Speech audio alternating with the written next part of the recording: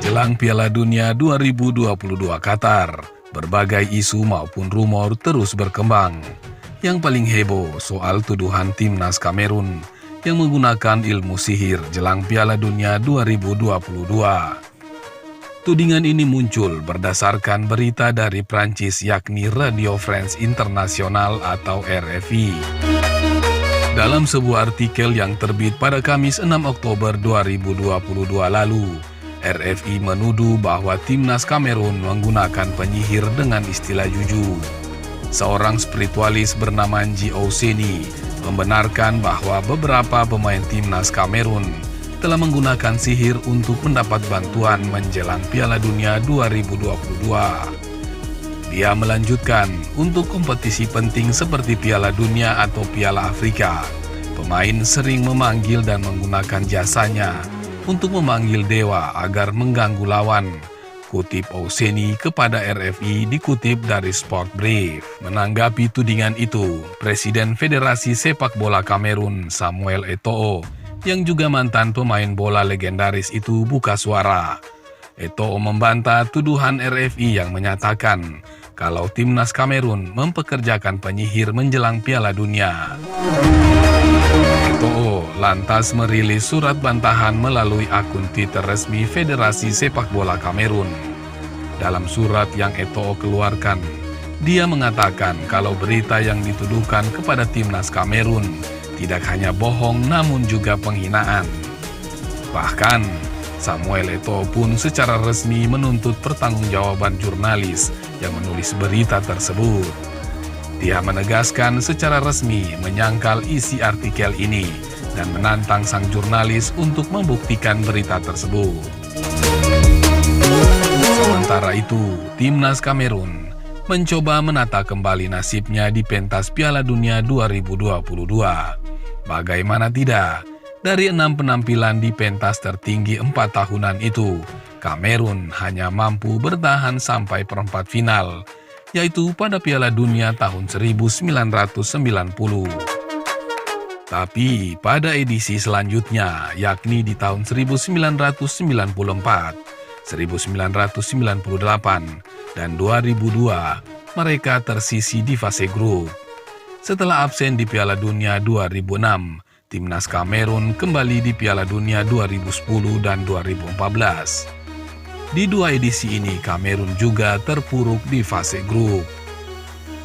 4 tahun lalu di Rusia, Kamerun tidak ambil bagian di Piala Dunia 2018. Kini, tim yang ditukangi sang legenda Rigobert Song tentunya ingin mengubah nasib. Dengan kata lain, Vincent Aboubakar dan kawan-kawan tidak ingin lagi mentok di fase grup.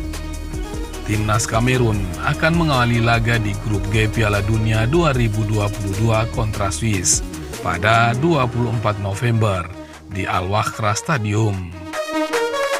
4 hari berselang, tepatnya pada 28 November, Kamerun menantang Serbia di Al-Wakhra Stadium. Lalu pada 3 Desember, giliran tim kuat Brazil yang akan mereka hadapi di Lusail Iconic Stadium. Kamerun sebenarnya memiliki sederet amunisi nan mumpuni. Sebut saja misalnya Karl Toko Ekambi yang bermain untuk Lyon. Kemudian ada nama Eric Maxim Choupo-Moting bermain di Bayern Munich. Andre Frank Zambo Anguissa di Napoli. Lalu ada nama Ignatius Ganago. Dia bermain untuk Lens serta Georges Kevin Kodau di Besiktas. Namun, tidak berlebihan kiranya bila Aboubakar layak disebut sebagai pemain bintang. Soalnya, striker berusia 30 tahun, kepunyaan Al Nassr ini punya catatan mengkilap di Piala Afrika 2022. Torehan 6 gol dalam 5 laga membuat mantan tukang gedor Besiktas itu menyegel puncak top skorer. Ia melewati koleksi legenda Kamerun Samuel Eto'o dengan raihan 5 gol. Ketajamannya di jantung pertahanan lawan sangat menentukan nasib Kamerun di Piala Dunia 2022. Kamerun saat ini berada di tangan yang tepat. Ya, Rigobert Song tak hanya kaya pengalaman saat jadi pemain, namun juga banyak makan asam garam di dunia kepelatihan. Sebelum naik pangkat ke tim senior pada 2022, juru taktik nyentrik yang juga legenda Kamerun ini terlebih dulu dipercaya menukangi timnas Kamerun U23 selama 4 tahun, dari 2018 hingga 2022. Song yang juga pernah memperkuat Liverpool, West Ham United, Lens, dan Galatasaray merupakan sosok pelatih yang dekat dengan pemain. Dia punya harisma. Sejauh ini, belum ada sebiji gol pun yang diberikan Song kepada Kamerun. Namun, rakyat Kamerun optimistis mental pemenang Song saat jadi pemain timnas pada 1993 hingga 2010 bisa menular. Ketika masih aktif sebagai pemain, Song mempersembahkan 2 trofi di Piala Afrika. Dia juga bagian dari skuad inti Kamerun di Piala Dunia 1994, 1998, 2002, dan 2010.